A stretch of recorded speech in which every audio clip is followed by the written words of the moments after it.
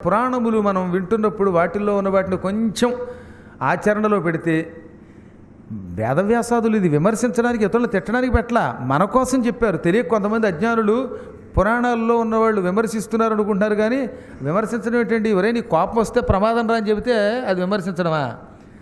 ఎక్కువ తింటే ప్రమాదం రా అని చెబితే తిట్టడమా? డాక్టర్ గారు ఏమైనా సలహా ఇస్తాడు? డాక్టర్ గారు మన ఆరోగ్యం కోసం సలహా ఇస్తాడు.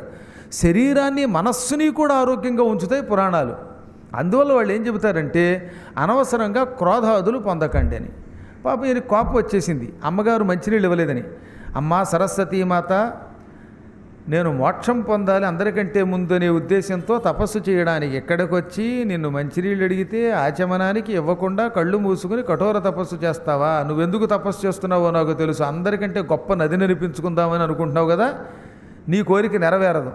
భవిష్యత్తులో గంగానది భూలోకంలో పుడుతుంది, నీకంటే గంగానదికి ఎక్కువ పేరు వస్తుంది. నువ్వు ఇక్కడ పుట్టి ఒక 4 మైళ్ళు మాత్రమే ప్రవహించి గంగలో కలిసిపోయి ఆ తర్వాత కనపడకుండా పోయి అంతర్వాహిని అయిపోదువుగాక, నీకు ఎక్కువ కీర్తి రాకుండా ఉండుగాక అని శపించేశాడు. దాంతో కోపంతో ఆయన శపించగానే కళ్ళు విప్పింది సరస్వతి. ఓరి దుర్మార్గుడా, నువ్వెక్కడ దొరికవరా నాకు? నువ్వు కొడుకువు కాదురా, దుడుకురా. ఎంత కష్టపడి తపస్సు చేశాను, అన్ని నదుల్లో కల్లా గొప్ప నదిని అవ్వాలనుకుంటే నాకంటే గంగకి పేరు వస్తుందని, అసలు నేను కనబడకుండా పోతానని నన్ను శపిస్తావా? నువ్వు నీచుడివి, క్షుద్రుడివి. నీ వంశంలో రాక్షసులు పుట్టి లోకాలని పీడించి సర్వనాశనం అయిపోతారు, నీకు అపకీర్తొచ్చుగా కానీ ఆవిడ శపించింది. దాంతో పాపం ఈయన కంగారు పడి, అమ్మా నేను కొడుకుని పొరపాటు చేశాను అనుకో, నువ్వు తల్లివి, నువ్వు కూడా శపిస్తావంటే ఏం చేయను అయినా, నా కోరిక పాడు చేసావనే కోపంతో నేను శపించాను. సర్లే కాళ్ళు పట్టుకున్నావు కదా, కాబట్టి శాపాన్ని మారుస్తున్నాను. నీ కొడుకు దుర్మార్గుడు అవ్వడు, నీకు మంచి కొడుకు విశ్రవుడు అని పుడతాడు. వాడికి 2 భార్యలు ఉంటారు. అందులో పెద్ద భార్య ఇలవెల వల్ల కుబేరుడు అనే కొడుకు పుడతాడు. నువ్వు ఆ తర్వాత కైకసి అనే పేరుతో మరో రాక్షస స్త్రీని పెళ్లి చేసుకుంటావు. దానికి రావణుడు, కుంభకర్ణుడు అనే 2 క్రూరులు పుడతారు. ఆ తర్వాత నువ్వు నా పాదాలు పట్టుకున్నావు కనుక 3వ వాడిని విభీషణుడు అనే బుద్ధిమంతుడిని కొడుకుగా ఇస్తాను.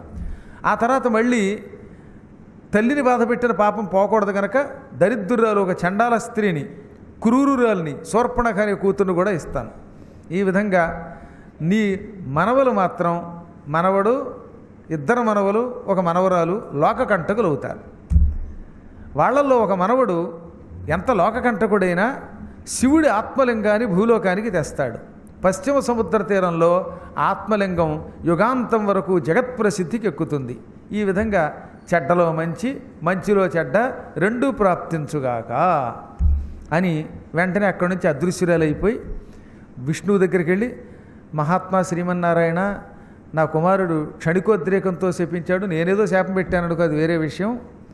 కానీ నాకు శాశ్వతంగా కీర్తి ఉండాలనే నా ఆశయం అడియాసిగా మారిపోయింది, దీన్ని ఏమైనా మార్చవా అని అడిగింది. అప్పుడు ఆయన చిరునవ్వునవి, గంగానదికి జగత్ప్రసిద్ధి రావలసిన యోగం ఉండడం వల్లే నీ కొడుకు నీకు శాపం పెట్టాడు, నువ్వేం బెంగపెట్టుకోకు. నువ్వు మాన అనే ప్రాంతం దగ్గర వరుసగా 4 మైళ్ళు ప్రవహించి అలకనందలో కలిసిపోతావు. ఆ తర్వాత కురుక్షేత్రాది ప్రాంతాల్లో ప్రవహించిన అంతర్వాహినిగానే ఉంటావు. అయినా యుగాంతం వరకు రోజు ప్రజలు నీలో స్నానం చేసి తరించి నిన్ను పొగిడే ఒక మహావరం ఇస్తున్నాను. నువ్వు నీ తల వెంట్రుకల్ని సప్తగిరుల్లో అంటే 7 కొండల మీద విడిచిపెట్టు. నీ తల వెంట్రుకలు స్వామి పుష్కరిణి అనే పేరుతో ఒక సరస్సుగా మారతాయి. స్వామి పుష్కరిణి అంటే సరస్వతీదేవి తల వెంట్రుకలే, శిరోజములే, సరస్వతికి మారు రూపమే.